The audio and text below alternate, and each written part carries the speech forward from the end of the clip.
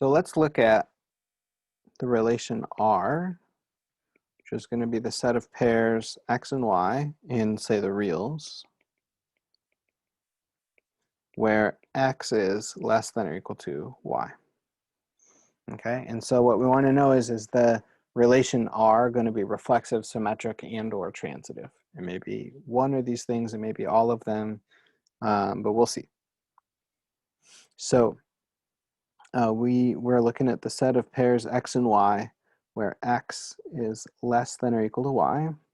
And is it reflexive? Is x less than or equal to x for all real numbers x?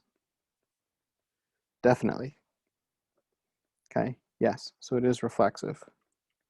In other words, x comma x is in the relation R. Okay, so it is reflexive. This little scribble here.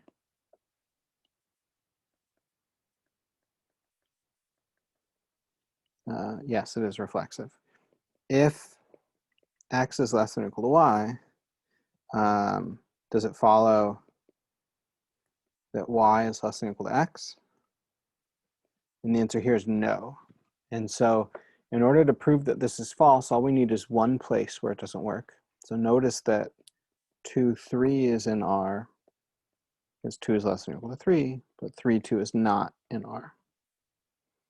Okay, so it turns out, no, it's not symmetric.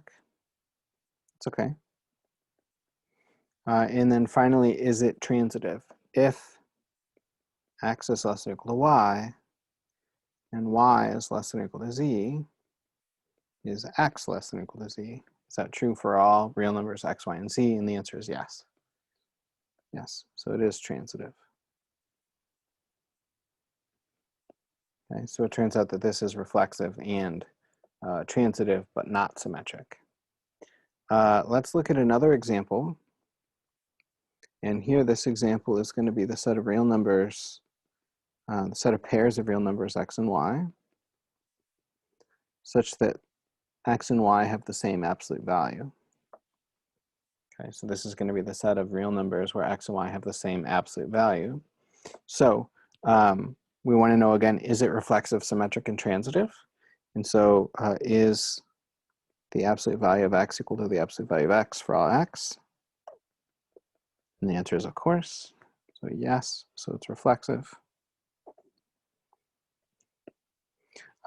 If the absolute value of x is equal to the absolute value of y, does it follow that the absolute value of y is equal to the absolute value of x? And the answer is of course yes, so it's symmetric. And then if the absolute value of x is equal to the absolute value of y, and the absolute value of y is equal to the absolute value of z, then does it follow that the absolute value of x and the absolute value of z are equal? And yes, so it is transitive. Okay, so it turns out that this is a relation that's reflexive, symmetric, and transitive. And it turns out that these relations have a special name. An equivalence relation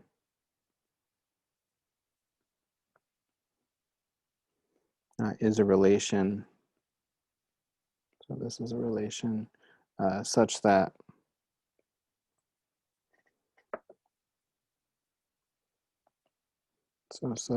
R, a relation, is reflexive, symmetric, and transitive. Okay, so that's an equivalence relation. So this idea of an equivalence relation is going to be a very big topic for us as we go along. It'll be very useful for us. So an equivalence relation is a relation that's reflexive, symmetric, and transitive. So just going back up to our previous examples, notice that you can check, and I'll leave it to you to check that R1 is not an equivalence relation. It's reflexive and symmetric, but not transitive.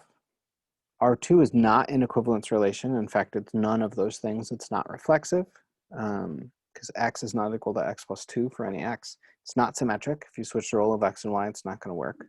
And it's not transitive. So it's none of those things. Our third example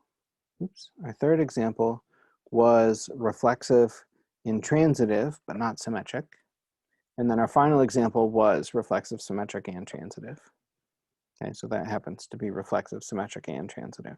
We will talk about some important equivalence relations as we go along, but before we do that, let's get into some of the details about equivalence relations.